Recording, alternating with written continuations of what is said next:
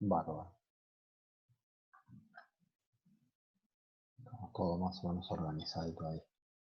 Sí, este sí se lo subo, Lucía. Sí, sí, ahora después se lo subo. Y lo que pasa es el mismo que trabajamos el día miércoles. Lo que pasa es que no tuve tiempo en la semana. A pesar de que uno está, obviamente, acá adentro, pero el tema de la virtualidad, por lo menos, les puedo asegurar que pues, todo el tiempo, todo el tiempo, todo el tiempo. Como no sé cómo los trata a ustedes. ¿Cómo los trata a ustedes este nuevo método, no? ¿Cómo los trata esto de la virtualidad? ¿Cómo los trata? Con las materias, está en general, el trabajo. ¿Cómo lo van llevando?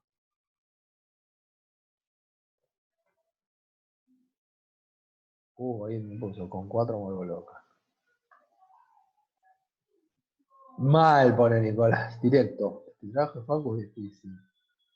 Complicado pone Joel. Y sí, viste, mucho material. ¿Vieron? Sí, TP en cantidad. Hernán pone linda experiencia, pero complicada. No se dan una idea, acá en casa me dicen, Roberto, estás demanda. Ariana me dice lo mismo. Acá en casa me dicen, Roberto, pero estás desde las 8 hasta las 10 de la noche atrás de la compu. Sí, en el caso nuestro demanda mucho, porque todo esto que yo ahora se los estoy armando, todo, muchas veces directamente yo lo trabajo sobre pizarra, les explico, les doy el ejemplo. No soy cañón, cañón, cañón, cañón todo el tiempo, porque prefiero más la interacción en el grupo, ¿no? Acá pone Lorena mucho para leer, sí. Entonces, por eso trato de darle la explicación esto lo más bajado, ¿no? Sí, Diana, o triple, no te das una idea. Es más, para que ustedes lo tengan presente, yo todo lo que es educación a distancia, en el año 99, es decir, hace más de 20 años, trabajé para la editorial Santillana, que es la que hace los libros, ¿vieron? De secundaria, y armamos todo un programa de educación a distancia, pero lo armamos con 6 meses de anticipación para después darlo en el segundo cuatrimestre. Y era sobre un tema puntual, pero había 6 meses de trabajo previo para poder hacerlo. Acá no hubo 6 meses de planificación previa. Acá fue directamente, ¡pum!, arrancamos y empezamos. Entonces es complicado. Sí, sí, demanda, es muy demandante, pero bueno. Sí, es muy demandante. Y ustedes están con teletrabajo, no se respetan a veces los horarios. Vos tenés teletrabajo y decís, pará, decís, teóricamente trabajo de tal hora a tal hora, lo que estoy haciendo de más, y es todo teletrabajo, porque encima no está legislado. Pero bueno, vamos a pilotearla lo mejor posible, ¿no? Como quien dice. Bueno, sí, que decían que con 4 uno se vuelve una nueva. Sí, no sé, sí, tal cual, Diana. Es todo un tema, es todo un tema, porque son nuevos procesos, hay que ver cómo los sobrellevamos, es todo un tema, es todo un tema. Entonces, cambiaron totalmente las rutinas, sí, sí. Bueno, vamos a avanzar, que esto es donde habíamos quedado. Bueno, ahí tenemos, fíjense, ¿en qué se basa esto?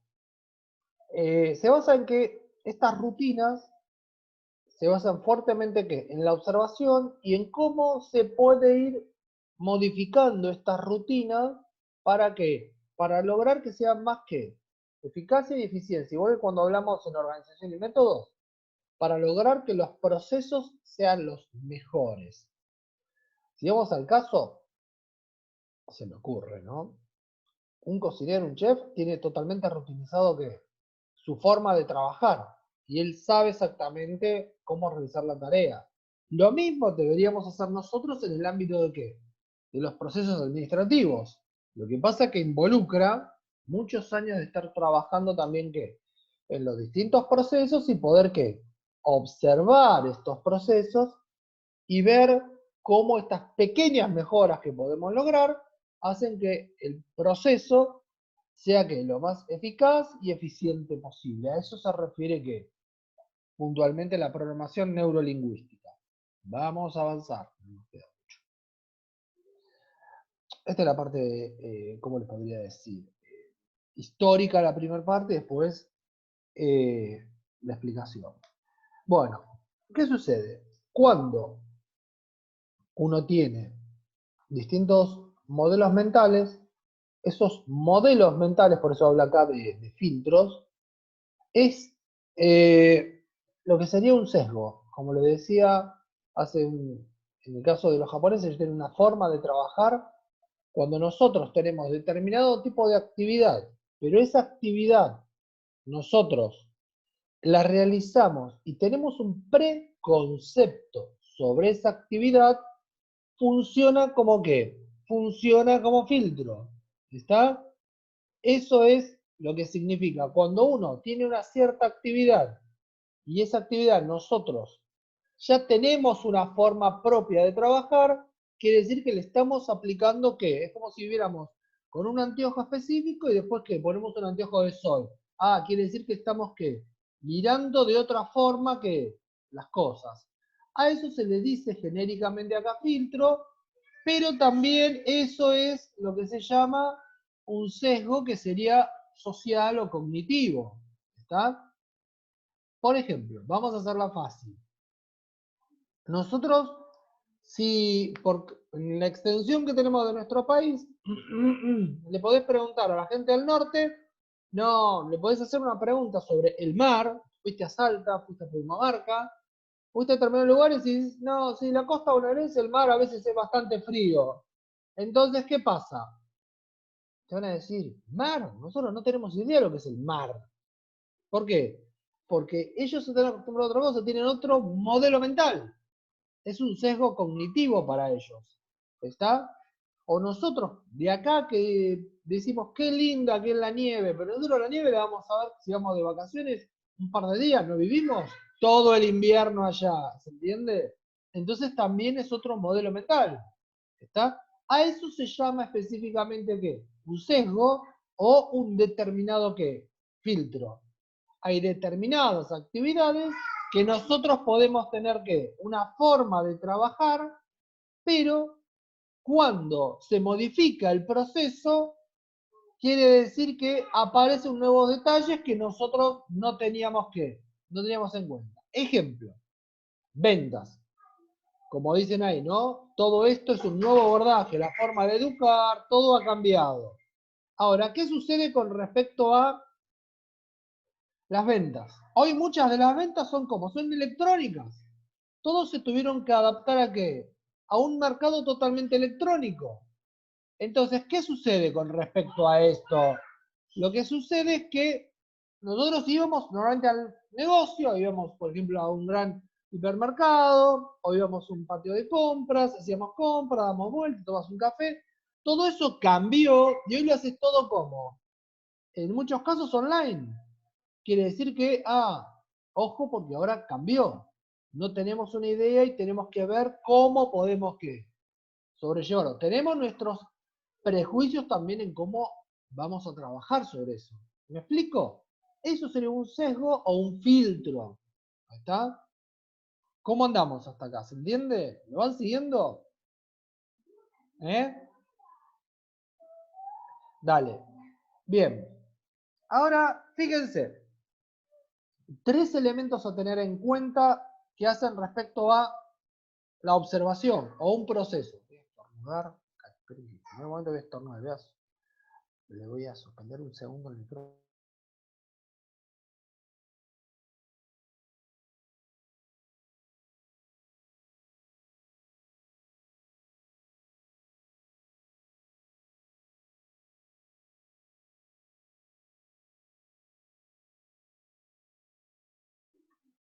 Si no, los iba a matar con el micrófono. Me venía conteniendo para ir esto sería estornudar en un momento, por eso se lo silencié porque le iba a explotar los oídos. Bueno, volviendo a esto. 3 formas de análisis. ¿Qué significa A, B y C? Ante un proceso. Una es que nosotros seamos ¿qué? Partícipes de ese proceso. Si nosotros somos partícipes de ese proceso, estamos ¿qué? Aprendiendo a cómo se está ejecutando ese proceso, que es el caso A. El caso B, somos un tercero, es decir, están participando dos, pero yo también tengo ¿qué? Tengo intervención. Y el caso C, ¿cuál es en realidad? Es el caso de que nosotros no estamos participando de ese proceso y como lo dice ahí, somos observadores de cómo se realiza el proceso. ¿Está? Son tres características que nos van a permitir que identificar cómo sobrellevar el proceso. Una cual le dijimos, participando en el proceso, aprendiendo directamente de la persona cómo es el proceso. Insisto, nosotros, ¿para qué usamos la programación neurolingüística? Es para tratar de ¿qué? De identificar cómo son los procesos, para tratar de identificar cuáles son las distintas etapas que va llevando el mismo. ¿Está? Eso sería el caso. Por eso aparecen los tres. Nosotros participando directamente, nosotros como asesores, o nosotros solamente como, observando cómo funciona ese proceso. ¿Está? Son tres características que hacen a la programación neurolingüística. ¿Estamos? ¿Cómo vamos hasta acá, chicos? ¿O voy muy rápido? ¿Lo van siguiendo? Bueno, vamos a avanzar a la próxima. Bueno, vamos a hablar de estos tres elementos. Metamodelo. Opa. Cuando se coloca la palabra meta acompañando como prefijo, como prefijo. Atentos. Yo no estoy hablando de meta como llegada, meta que viene de método. No, no, no. Acá hablo de metamodelo. Cuando yo hablo, por ejemplo, de la palabra metafísica, que es toda una. ¿Tienen idea qué quiere decir la palabra metamodelo cuando está metida como prefijo? Si yo coloco metadato, ¿qué quiere decir cuando está puesto como prefijo la palabra meta? A ver si alguien lo sabe, no sé.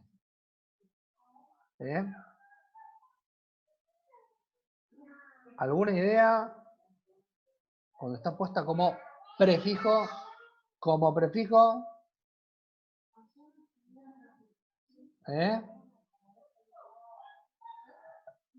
Bien, bien Diana, No, más que, como puso Diana, aproximar más allá, como ultra. Viene por ahí, Viene por ahí. Más que gran modelo, no. Es como más allá. Cuando, por ejemplo, viene ahí Diana. ¿Qué quiere decir? Cuando se habla de metafísica, es cuando está por encima de la física. Como dice ultra, ¿no? Ahora, por eso puso aproximadamente más allá. Cuando hablo de metamodelo, lo que quiero ver es no solamente cómo están haciendo las cosas, sino cuáles son los elementos que distinguen a quién, a ese modelo. Eso es lo que está diciendo ahí. Cuando habla, por ejemplo, se trata de ir a la estructura superficial de la palabra o a la estructura que profunda, es porque quiero ver a qué apunta. ¿Se entiende? Sí, Rocío, ojo, pero una visión global, ¿cómo les podría decir? Así, miren. La palabra observación, cuando hablo de la palabra observación, que es distinto a mirar. Cuando uno dice observación, la palabra, si la googlean, etimológicamente, viene de qué? De una de las acepciones que tiene observación es una conjunción de palabras, obs, que está por encima de, y servere, que viene de siervo, pero de siervo como esclavo. Quiere decir que vos observás, ¿qué significa? Que estás en realidad mirando con atención, es decir, mirando con atención, ¿cuál es la tarea de qué? Del esclavo o del siervo. Eso significa una de las primeras acepciones de quién? De la palabra observación. ¿Está? Quiere decir que en un metamodelo nosotros vamos a observar, es decir, a mirar con atención los detalles que me están diciendo. El metamodelo, por ejemplo, como ver porque no se dan una idea, como hablábamos hace un rato, y a mí me gusta, por ejemplo, yo toda la vida cuando uno da clase está parado, es raro que sentado. y estar todo el tiempo sentado me termina endureciendo. El metamodelo significa esta observación, ¿está? Pero observación respecto a qué? Respecto a detalles que tal vez, insisto, en lo cotidiano no lo tenemos visto, sino que son detalles ínfimos, ¿está? Pasa por ahí, ese es el ejemplo de qué? De metamodelo. Ahora, ¿qué pasa si en el metamodelo, que hay, lo que llaman las trampas del metamodelo, te dicen, supongamos, ¿no? Vamos a ver la pantalla un poquitito. Supongamos que vos, yo estoy dando clase, y en un momento dado le digo, bueno, ¿cómo va el tema? ¿Lo van entendiendo? Y dice, una persona me dice, de todo el grupo, es el único que habla, y me dice, mire, ninguno de acá entendió nada. Entonces, yo digo, ¿cómo que ninguno entendió nada? No se entiende nada de nada. Entonces yo ahí tengo que empezar a qué? A analizar qué me quiere decir. ¿Cómo ninguno? Porque ninguno es muy qué? Es abarcativo.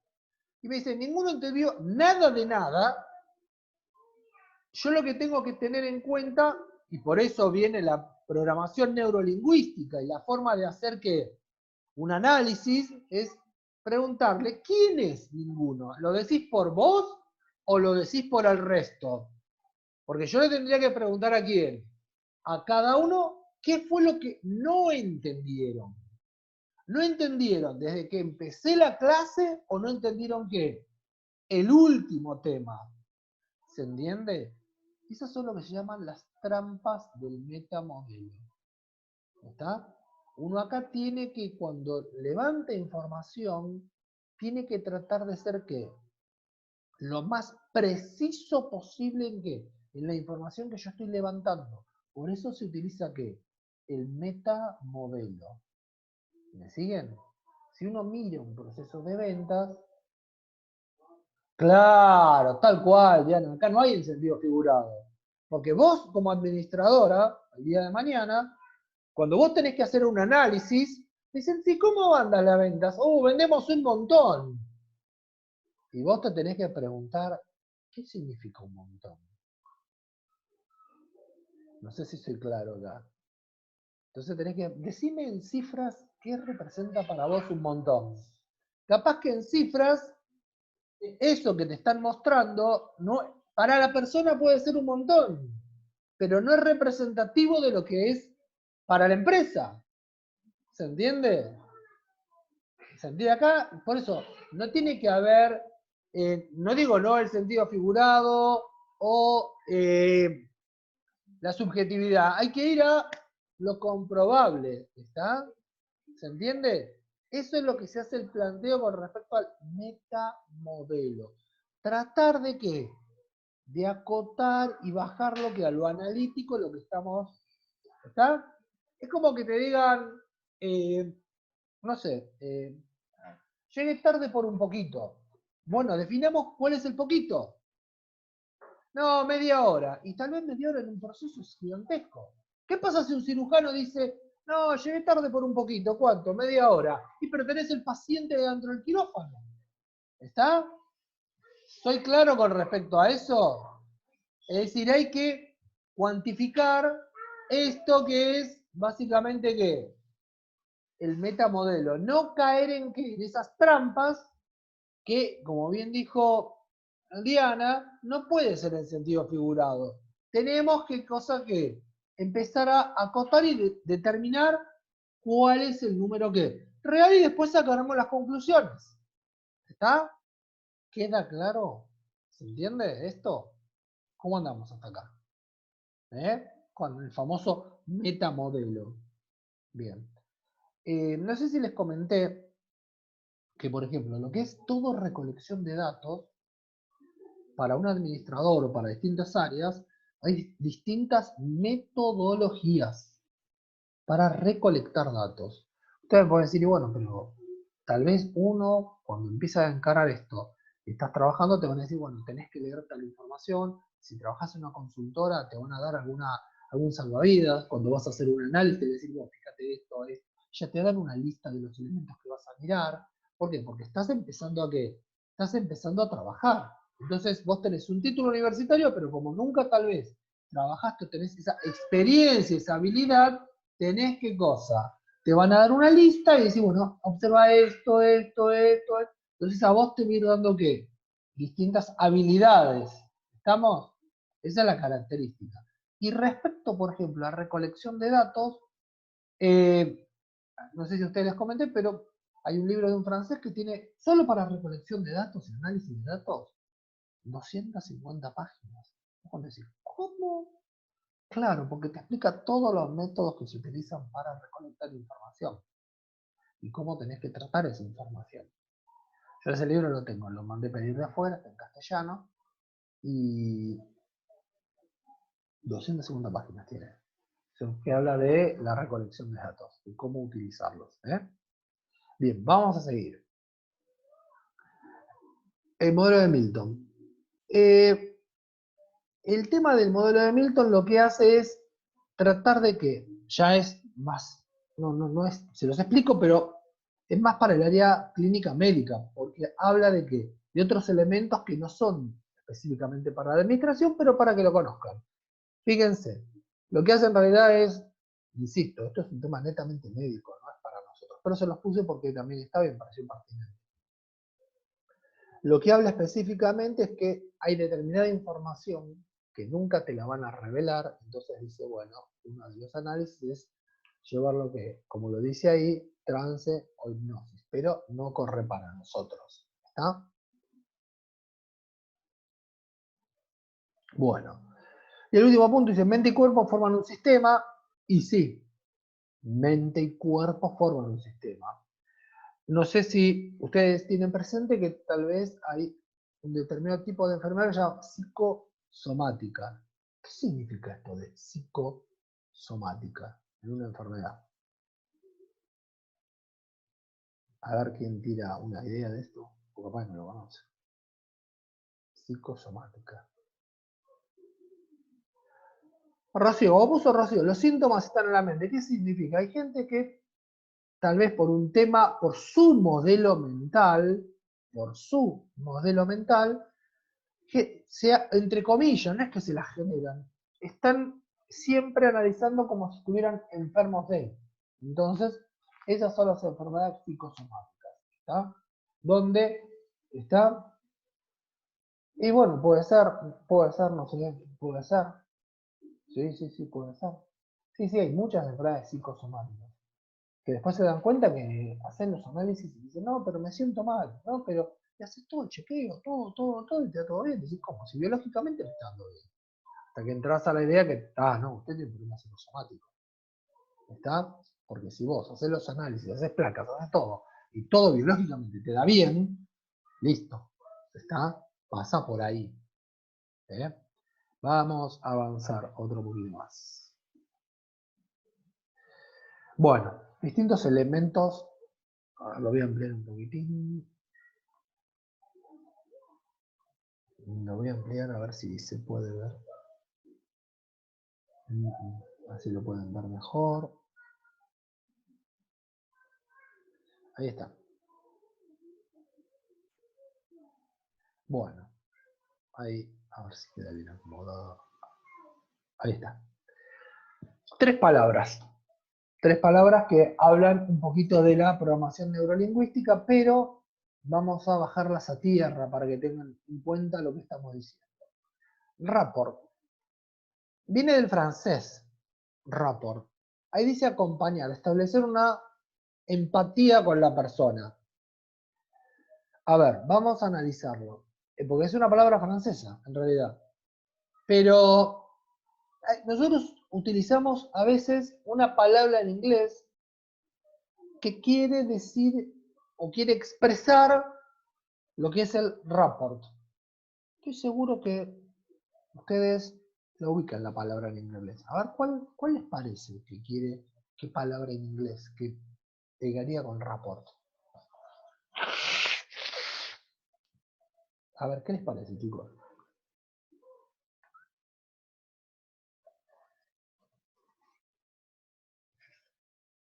A ver, 15 segundos. No, coaching, no, reportar no. Coaching más o menos, pero no coaching.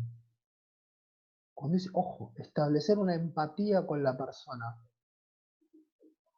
O al revés, vamos, lo voy a plantear al revés. Cuando no hay empatía con la persona, muchas veces dice que no hay que, en inglés, no hay que, es una palabra inglesa, no hay que, sintonía, bueno, ahí está, feeling, Florencia, hay feeling, bien ahí, ¡pum!, lo tiró y fue una catarata de eso. No hay feeling, ¿está? De los ingleses viene la palabra feeling, ¿está? Como bien puso Rocío también, no hay sintonía, nosotros decimos, no hay sintonía, no hay empatía, no estamos en el mismo canal, ¿está? Como bien pusieron ahí, puso Rocío, ¿está? Nosotros a veces utilizamos feeling, y los franceses le han puesto esa palabra, a veces uno cuando lee determinado material, como la palabra rapport, es en realidad que la palabra original que se utilizó, tal vez ustedes leen rapport y dicen, rapport, ¿qué quiere decir? Como bien dijeron, un reporte, ¿qué quiere decir esto? ¿Está? Entonces se refiere a esto. ¿Estamos? Eso es el concepto de qué? Del feeling. ¿Está? ¿Queda claro cómo es esto? Bien. Después tenemos, ¿qué cosa? Tenemos otras dos palabras. Una que es leading, que es distinto, como lo dice ahí, viene de liderazgo. Entonces, por eso habla de qué? De guiar a quién, de guiar a la persona. ¿Estamos? Esa es la característica que hace a qué, al concepto de qué, de leading. ¿Está? Por eso dice que cuando nuestro interlocutor se encuentra en un mal estado, cuando la persona con la cual nosotros estamos ¿qué? Trabajando necesita ¿qué cosa? Que lo guiemos en esa actividad o en esa tarea. Esa es la característica que hace a qué? Al caso de leading. ¿Estamos? Eso es lo que representa el caso de leading. ¿Está? Y el último de los puntos, el de calibrar, ¿qué significa en esto? Lo que significa es, como bien lo dice la palabra, es, ojo, cuidado con la palabra que se utiliza también en esta explicación. Porque ahí habla del término que manipular. Ojo, cuando uno dice manipular, se puede hasta malinterpretar, porque manipular significa manejar, en realidad es manejar con la mano, y uno puede hacer un ajuste, y depende cómo le está haciendo el ajuste, lo puede hacer en realidad ¿qué? Para bien o para mal.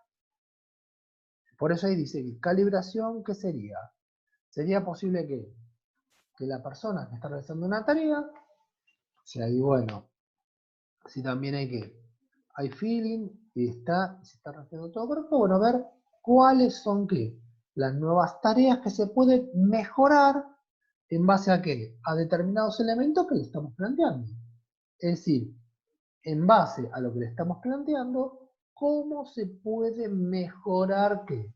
Esa tarea? Ese es el concepto de qué? De calibrar. ¿Está? Cuando hacemos un pequeño ajuste sobre una determinada tarea, lo hablamos con la persona. Dice, mira, vos ves que hay buen trato, le decís, mira, a la actividad, ¿qué te parece? Deberías hacerla de esta forma. ¿Está? Se refiere a eso puntualmente. Ese es el concepto de qué? De calibrar. ¿Está? Entre comillas, manipular. Significa, insisto, si hay buen trato, si hay feeling, si vos ves que tal actividad es bueno, tratar de que, insisto, todo estas son herramientas de la programación neurolingüística, pero nosotros la utilizamos fuertemente ¿qué? ¿En qué momento como administrador lo vamos a utilizar? Cuando vamos a ver una actividad, cuando vamos a analizar los datos, cuando queremos saber cómo es ese proceso, y esto significa que lo vamos a ejecutar mediante ¿qué? Mediante lo que son las entrevistas. ¿Está? Es decir, todo esto que estamos analizando acá es una pata de apoyo ¿para quién? Para complementar a las entrevistas. Bien, avanzamos. ¿Cómo anda hasta acá? ¿Lo van siguiendo esto, chicos? ¿Lo van siguiendo? ¿Cómo vamos? Bueno, ahí tiene.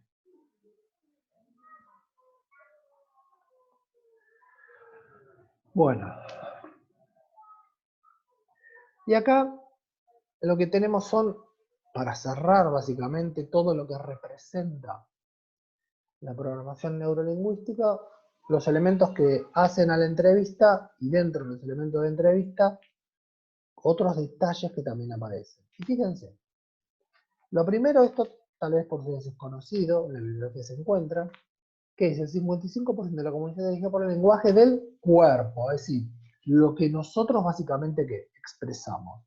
Dice postura, gesto y contacto visual.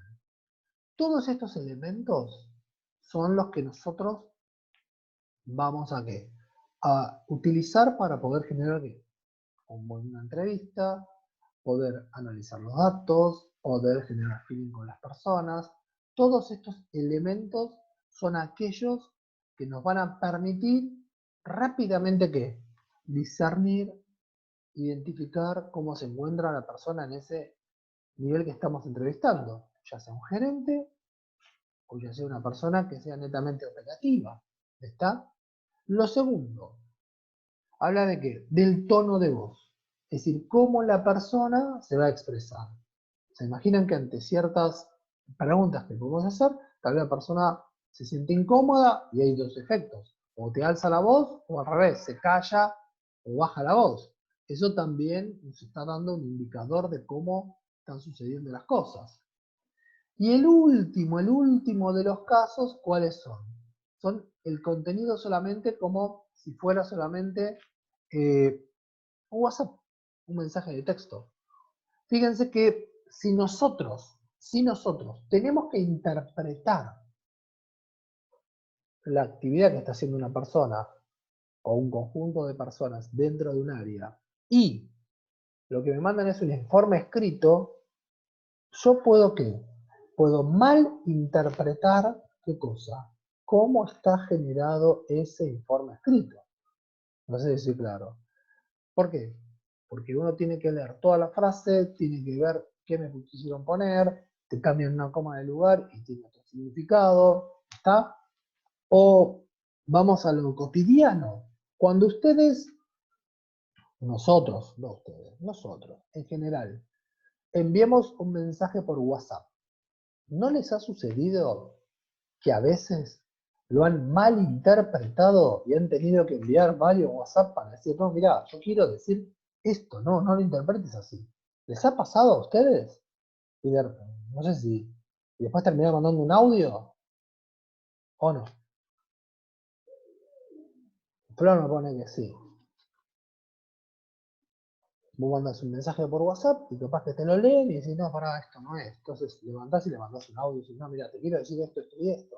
Capaz que te lo malinterpretaron. ¿Está? O no entendieron, no solamente malinterpretaron que lo tomaron al revés, sino que no te lo terminan de comprender. ¿Está? Entonces le mandás ¿qué? Un mensaje de audio. Y también, depende cómo sea el mensaje de audio, te lo interpretan también que de una forma, pero ganaste que en el nivel de interpretación. Esa es la característica. ¿Eh? Bien, entonces fíjense lo último que tenemos acá.